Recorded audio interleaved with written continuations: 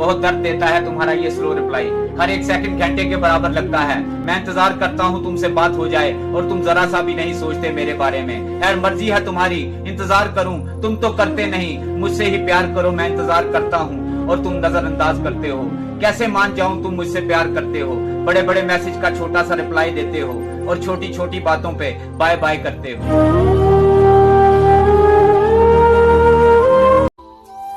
झूठी मोहब्बत, वफा के वादे, साथ निभाने की कस्में, इतना सब किया था मेरे साथ तुमने वक्त गुजारने के लिए। जिंदगी हंसी है पर जीना नहीं आता, हर चीज में नशा है पर पीना नहीं आता।